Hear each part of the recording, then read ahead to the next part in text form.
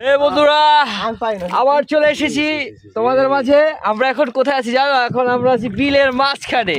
এই যে আমার ভাই নৌকা বাইতেছে, ঠিক আছে, আর আমার ছোট ভাই হ্যাঁ ওই ওই যে নৌকা ফুড়ে গেছে, হ্যাঁ ওইটা তল দিয়ে পানি বেরিয়েছে, পানি আসতেছে। সো আমরা একটা লেভেলের ভিউ আসছি, ভাবলাম তোমাদেরকে কেন দেখাবো না, তোমাদেরকে একটু দেখাই। খুব সুন্দর একটা ভিউ। হ্যাঁ এই মনে করেন যে এইখানে একটা মানে অন্যরকম পরিবেশ, মানে কি বলবো আপনাদের, আপনি এই যে দেখেন কত সুন্দর পরিবেশ এইখানে। যে এই মাঝখানে ডুবাইলে তো সেই পানি তো পরিষ্কার না ভাই, একজনে নামায়া তাহলে সাপলাটা ওরা ভালো। হ্যাঁ পরিষ্কার।